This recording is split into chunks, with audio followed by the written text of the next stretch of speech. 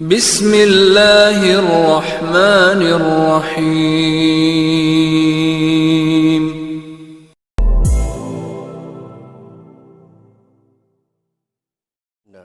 Assalamualaikum warahmatullahi wabarakatuh. Alhamdulillahi rabbil alamin. Wassalatu wassalamu ala asyrafil anbiya'i wal mursalin. Sayyidina wa habibina wa syafi'ina wa maulana Muhammadin wa ala alihi wa ashabihi ajma'in. La hawla wa la quwwata illa billahil aliyyil azim. Amma ba'da. Qad qala ta'ala fi ayatihil karim. A'udzu billahi minasyaitonir rajim. Bismillahirrahmanirrahim. Wa ma khalaqtul jinna wal insa illa liya'budun. Shadaqallahul adzim. Hadirin bapak-bapak, segenap pengurus dan jamaah Masjid Nabi Nuruddin, bil khusus yang hadir ta'lim pada malam ini, yang saya hormati dan yang saya muliakan. Semoga dengan asbab bertaklim kehidupan kita mendapat kemuliaan Allah Subhanahu wa taala. Amin. Puji serta syukur mari kita panjatkan kehadirat Allah. Salawat serta salam mari kita tersanjungkan kehadiran Rasulullah Muhammad sallallahu alaihi wasallam. Hadirin rahimakumullah. Lanjutan taklim kita pada malam ini bermetodologikan fikih dengan kitab Fathul Qorib atau yang tayang di layar, yaitu kitab Tausyih sebagai syarahnya. Yang malam ini di kitab yang Bapak pegang di halaman 168.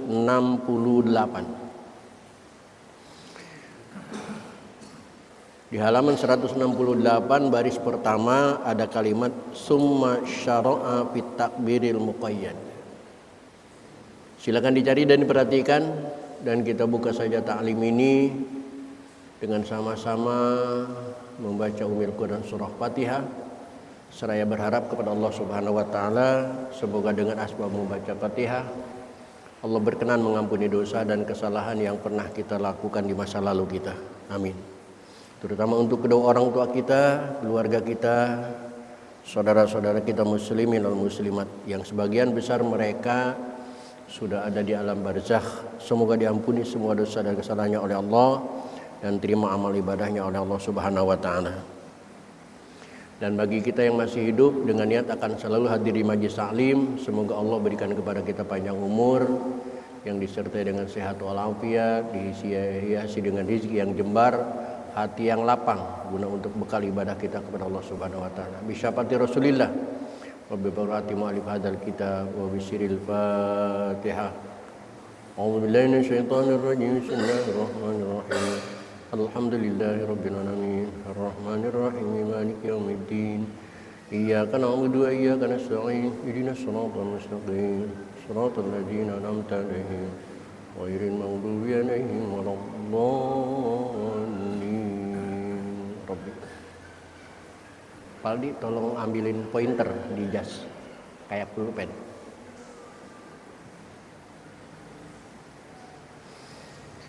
Bismillahirrahmanirrahim.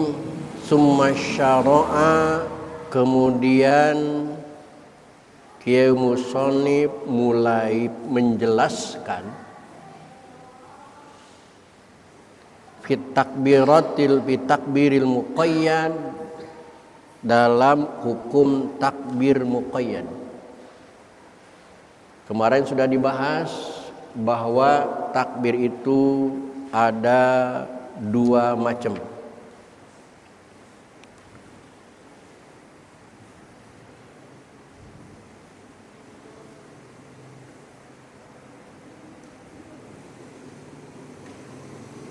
Yang pertama takbir mursal yang dilaksanakan secara global, secara umum oleh siapapun dimanapun.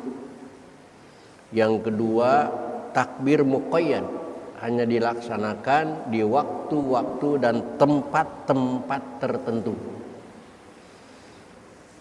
Nah, sekarang Yai Musonib untuk menjelaskan namanya takbir muqayyad.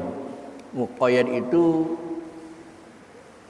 segat isim maf'ul dari fi'il madhi, qayyada yuqayyidu taqdidan, qayyada artinya ikat. Takbir muqayyad itu takbir yang berhubungan dengan ikatan, berhubungan dengan sesuatu, terikat dengan sesuatu. Faqala, maka Kiai Musannif berkata, wa yukabbiru fi idil adha, dan bertakbir pada hari raya kurban. Disunahkan kita bertakbir pada hari raya kurban khalfas shalawatil mafrudati, sesudah sholat fardu. Ini muqayyad, hubungannya terikat dengan sholat fardu. Setiap kali sholat fardu kita dianjurkan membaca takbir Allahu Akbar, Allahu Akbar, Allahu Akbar. Walau manduratan, walaupun fardunya itu sholat yang dinadarkan, sholat sunnah ketika dinadarkan maka berubah menjadi sholat fardu. Fardunya fardu mandurah, fardu dengan ada sebab, bukan fardu asli. Min muaddatin, baik sholat itu kita lakukan dengan sholat ada yang dilakukan saat itu, wa faitatin, dan sholat yang luput. Maksudnya faitatin itu wa qadauha, dan sholat qada. Baik sholat yang kita lakukan dalam kesempatan itu sholat ada maupun sholat faitah, atau dengan kata lain sholat qada fi ayamil idi, selama dilaksanakan pada hari raya.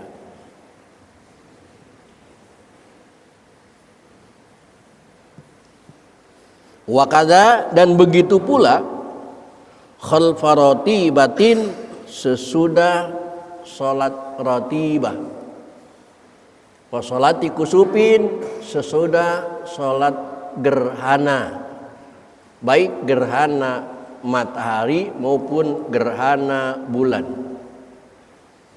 Wa khusupin, dan gerhana bulan. Wastisqain, atau sholat istisqa. Wa nafli mutlaqin, atau sholat sunnah mutlak. Sholat sunnah tidak ada sebab dengan waktu, tidak ada sebab dengan peristiwa. Sholat sunnah saja itu juga tetap dianjurkan membaca takbir.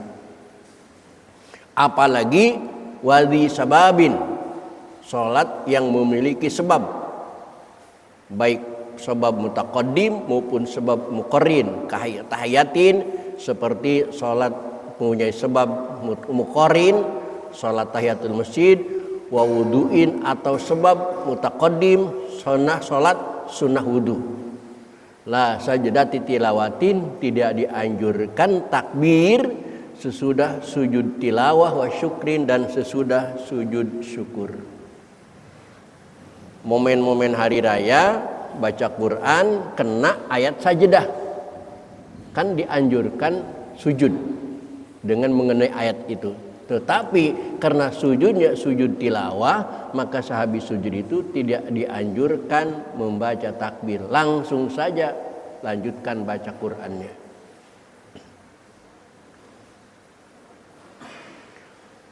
Wa sholati jinazatin, habis sholat jenazah juga disunahkan takbir. Cuman kalau habis sholat jenazah takbir, jenazahnya kelamaan ya, nungguin takbir dulu. Nanti kalau kelamaan takbir keburu bangun mayitnya. Maka di sini ada khilafan li sahibi tanqih, berbeda paham dengan ulama yang mengarang kitab tanqih. Kalau ulama yang mengarang kitab tanqih, habis sholat jenazah nggak usah takbir deh, kelamaan. Kenapa? Idza lam yakhaf taghyirul maiti binahwi zuhuri raihain min hini fa'lin. Nah, dari mulai kapan Kita dianjurkan takbir dalam rangka Idul Adha min subhi yaumi arfata, dari mulai subuh hari Arafah, bukan hari raya, sebelum hari raya. Arafah itu tanggal 9. Ketika subuh tanggal 9, mana di situ kita puasa, itu sudah dianjurkan membaca takbir. Jangan takut. Ini kadang-kadang ustadz setempat mau baca takbir sesuai dengan anjuran, itu masih pada takut, diprotes. Enggak bakal diprotes, ini kitabnya jelas. Takbir hari raya Idul Adha itu bukan dimulai dari hari raya, tapi 1 hari sebelum hari raya Arafah. Kalau ada yang protes, kasih tahu kitabnya ini. Jangan kata Haji Muthalib, jangan kata guru saya. Haji Muthalib manusia, bisa salah, tapi kitab insya Allah dipertanggungjawabkan kebenarannya. Min subhi yaumi arfah, dari mulai subuh hari Arfah, ilal asri, sampai waktu asar, min akhiri ayyami tasyriki, dari yang terakhir hari-hari tasyrik yang 3. Jadi berlakunya membaca takbir hari raya Idul Adha itu berarti 5 hari. Dari mulai tanggal 9, tanggal 10, 11, 12 sampai tanggal 13, sampai asar maghrib baru sudah putus. Sedangkan Idul Fitri kan kemarin dari mulai maghrib doang. Maghrib sampai subuh, sampai sholat Idul Fitri. Selesai Idul Fitri udah nggak ada takbir. Fakta dan kenyataannya di masyarakat kan Idul Fitri itu lebih lama takbirnya malah. Kena ada kue di rumah. Kerasa lebarannya. Idul Adha nggak kerasa lebarannya. Nah, bagaimana takbirnya?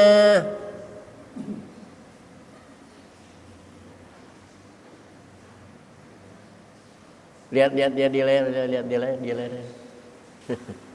Kesalahan kita yang kesekian kalinya. Wala yusannu takbiru, dan tidak disunahkan takbir itu akibat sholati Idul Fitri, setelah sholat Idul Fitri. Ingat.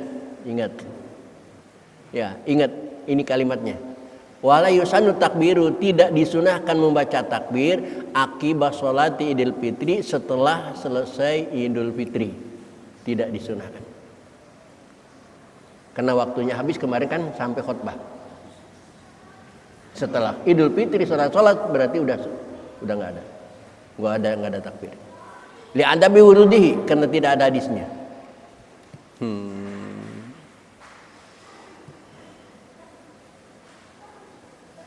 Wa saygatu takbir, dan saygat takbir, bahasa takbir, rangkaian takbir itu kalimatnya begini. Allahu Akbar, Allahu Akbar, Allahu Akbar. La ilaha illallah, wallahu Akbar. Allahu Akbar, walillahil hamd. Ilhamd, daknya al-qalqalah, karena dalnya mati. Ilhamd, bukan ilham tapi walillahil ham, haknya dari lillah. Walillahil hamd, bukan walillah ilham, bukan. Dan juga jangan sekali-kali kayak orang tua di zaman 80-an, tahun 70-an, walillahil ham. Saya ingat waktu saya kecil itu Presiden Soeharto takbir di istana Presiden, walillahil ham. Tapi masih mending ya, alhamdulillah presiden mau takbir di istana. Zaman sekarang udah nggak ada presiden yang takbir di istana.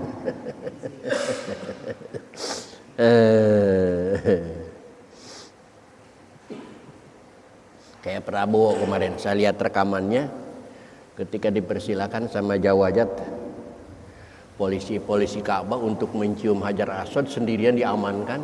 Itu nggak ada terkesan haru gitu, mencium Hajar Aswad biasa-biasa aja. Bahkan sebentar langsung keluar, langsung mendadahkan tangannya ke Hajar Aswad. Itu kayaknya nggak terkesan. Kalau kita di kesempatan situ kan pasti nangis ya.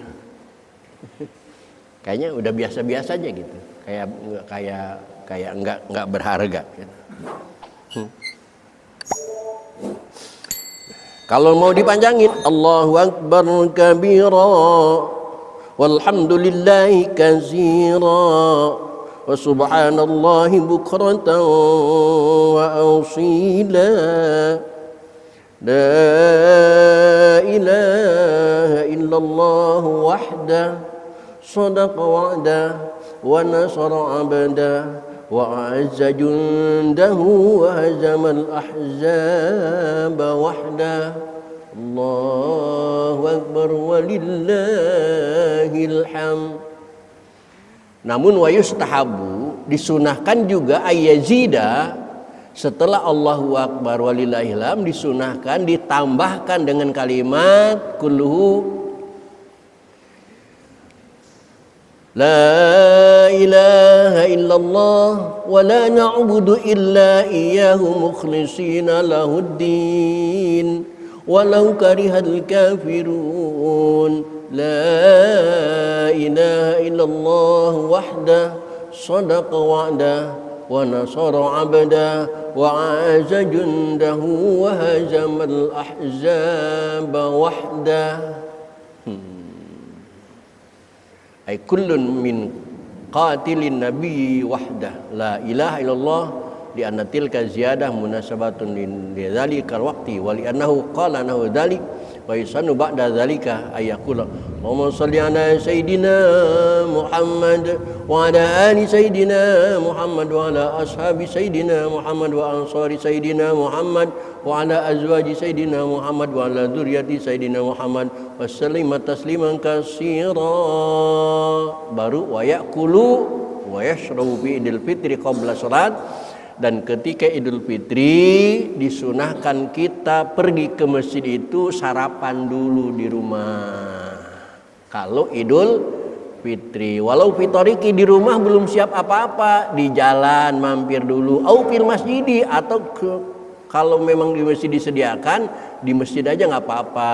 Bal aula, malah lebih utama di masjid, karena sambil nungguin sholat. Palatan harimul bi'il kepitorik al-muradan. Wa yusanu at-tamar, disunahkan tamar. Wa ukunu ritron, kalau makan kurma disunahkan ganjil. 3 biji, 5 biji, tapi bukan 3 kilo. Wa yumsiku fil adha li'tiba. Dan ketika kita melaksanakan sholat Idul Adha, maka berangkatnya dari rumah sambil puasa. Itu perbedaannya. Karena Rasulullah SAW juga begitu, berangkat Idul Adha dari rumah puasa. Setelah selesai sholat baru buka lil itiba. Li tamaya Idul Fitri amma qablahu bil ibadah bil ukli wa yundabul fitru yauman nahar ala syai'in min udhiyati. Dan ketika kita puasa di hari nahar itu, puasa di hari hari Arafah, ala syai'in min udhiyah wa yuqra tarku dzalik, itu disunahkan memakan kurban. Faslun fi sholatil kusufi. Pasal selanjutnya yang akan kita bahas adalah sholat gerhana. Ini sholat gerhana ini adalah sholat yang sulit dipelajari dan jarang dilakukan. Sholat gerhana adalah sholat yang aneh. Rukuknya 2. Bagi orang yang belum belajar bisa nyasar di sholat gerhana. Insyaallah akan kita lanjutkan pada pertemuan yang datang. Untuk malam ini cukup sampai di sini. Assalamualaikum warahmatullahi wabarakatuh.